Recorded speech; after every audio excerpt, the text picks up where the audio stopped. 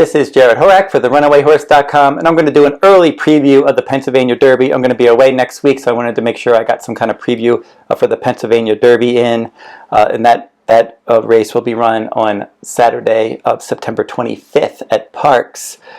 We had 35 pre-entries, and I'll put the pre-entries up so you can see some of the horses that were pre-entered for the Pennsylvania Derby.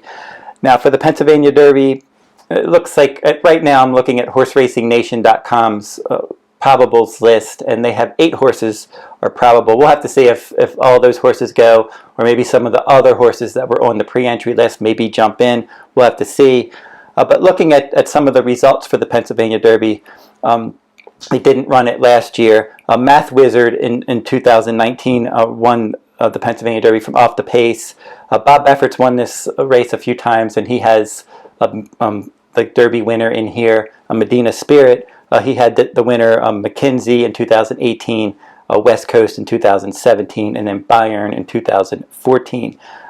Some of the other winners, we had Connect for trainer Chad Brown win in 2016. Frosted in 2015 got the job done. Will Take Charge won it in 2013. So as you can see, some of the bigger names in the 3-year-old ranks, they were able to score it and get the job done in the Pennsylvania Derby. And it is a Grade 1, and we'll have to see how it shakes out this year, but I'll go through the field, and then I'll give out my top selection in the race, very early top selection. At this point, we don't really know the field, but these are the probables right now. So we'll throw the 8 probables up right now, beginning with Hot Rod Charlie for trainer Doug O'Neill. He actually crossed the line first in the Haskell Stakes, obviously was disqualified. He ran a really good race in the Belmont Stakes. The pace was quick. He was setting those fractions. The Essential Quality was just better than him at that distance, and he was able to just outfinish him. Essential Quality, obviously, probably the top 3-year-old in the country this year. Hot Rod Charlie's not far behind him. He's had a good year. He won the Louisiana Derby at a mile and 3/16, so I don't think the mile and an eighth distance. And he was just unlucky to be taken down in the Haskell. He was going to win that one. He bumped with Midnight Bourbon, and Midnight Bourbon ended up losing his rider. And then Midnight Bourbon was going to finish 3rd that day. And then Mandaloon and Hot Rod Charlie battled to the wire. Hot Rod Charlie crossed the line first, but he was taken down, placed last in that race. But he's got good early pressing versatility. He's been in good form all year. He's got solid speed figures. He's an obvious win contender. Medina Spirit for trainer Bob Effort. I mentioned that one. He won the Kentucky Derby. He ran some quality races in Southern California. He finished in front of Hot Rod Charlie a couple of times. He finished in front of him in the Derby. He also finished in front of him, I believe it was the Robert Lewis Stakes at Santa Anita Park. He's always in the top 3. He gets out there. If he can set the pace, he's really tough to run down. He's one of those horses, he's just very game. He just gets out there, he sets the pace, and if he does do that, he doesn't like to let horses pass him, just like he did in the Kentucky Derby. That was a good effort. And then last time out, the Shared Belief Stakes, his first start since finishing 3rd in the Preakness.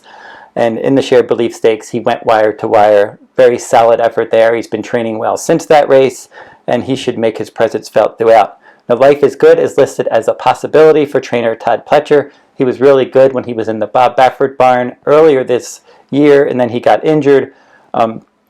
He came back in the Alan Jerkins, set a fast pace. Jackie's Warrior won that one. He was second. Good effort off the layoff. And now if they end up going in this direction, obviously he would be up on the pace, and he would be a pace factor, and he should be much fitter if they do go too. That was his first start in a while, and that 7 furlong race would be a good bridge to this mile and an 8th race. Rock Your World bounced back with a better effort in the Shared Belief Stakes. Now, he won the Santa Anita Derby. He beat Medina Spirit that day, and in the Santa Anita Derby, he was able to get out there and control the pace. He was switching surfaces. Then he did not run well in the Kentucky Derby. He just had a bad start, bad trip, didn't get involved. He likes, like I said, he likes to be in front.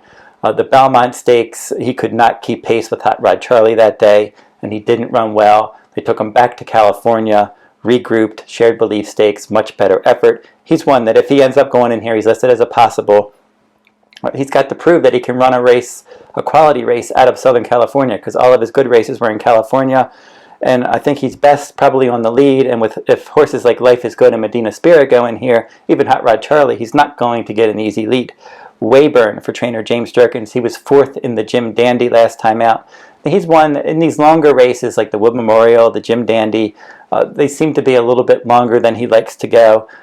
He won the Gotham Stakes, 1-turn mile. So I think overall, maybe the shorter races, and he's one that he was a Canadian bred, and he was eligible to run in the Queen's Plate, but they didn't go in that direction, which was a little bit of a surprise. Maybe they should have pointed in that direction. I think this is a tough spot for him. I think he's one that'll probably try to lurk close to the pace, maybe just behind the speed. First captain for trainer Shug McGahee, won his first of 3 starts, including the Dwyer Stakes, and then in the Curlin Stakes last time out, he finished a solid enough third. Now he's one that has a lot of upside, very good pedigree, good connections. It's just he hasn't run fast yet, at least fast enough to win a race like this. If Medina Spirit, Life is Good, Hot Rod Charlie, and even Rock Your World run their best speed figures, first captain would really have to jump up and elevate his game to compete with those. Now, Speaker's Corner is a bit interesting for trainer Belmont. He's one I liked when he was a 2-year-old. He broke his maiden second time out, and then I thought maybe they could put him on the Derby trail, but then he disappeared for a long time, and he did not come back again until August 14th of 2021 at Saratoga at 7 furlongs. So he was off from October of 2020 to August of 2021. Very long layoff, and he just really came back running. He stalked the pace. He won by more than 5 lengths. Very easy victory, and if they go in this direction, he's listed as a possible. Belmont just doesn't throw his horses in any spot, so if he does go here, the son of Street Sense, I think that maybe he's an interesting long shot to possibly hit the board. Mr. Wireless is the final one in here, and he won the West Virginia Derby last time out, and he won the Indiana Derby before that. So he's one that he's been feasting on lesser company.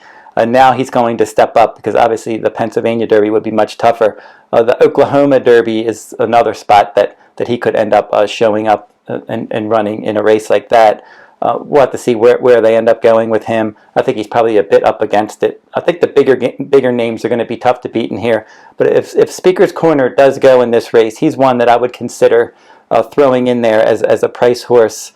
And I think he should be a nice price. He's lightly raced. He's got a lot of upside. So maybe if I can get him to finish somewhere in underneath, maybe he would help get some of the chalk out of here for sure. This probably comes down to Hot Rod Charlie and Medina Spirit, and they faced each other a couple times, and Medina Spirit beat him. And maybe Hot Rod Charlie is going to be the favorite. So I think I would go with Medina Spirit as my top choice over Hot Rod Charlie, and then Speaker's Corner would be my third choice. So Medina Spirit, I thought that was a good effort in that Shared Belief Stakes. And Bob Baffert's had success in this race. He knows what kind of horse it takes to win a race like this, a horse that has good speed. Medina Spirit doesn't need the lead. He'll try hard throughout. And a good effort in the Shared Belief should propel him to an even better effort in this start. And he's one that's certainly a big contender, but I would not be surprised at all if Hot Rod Charlie got the job done.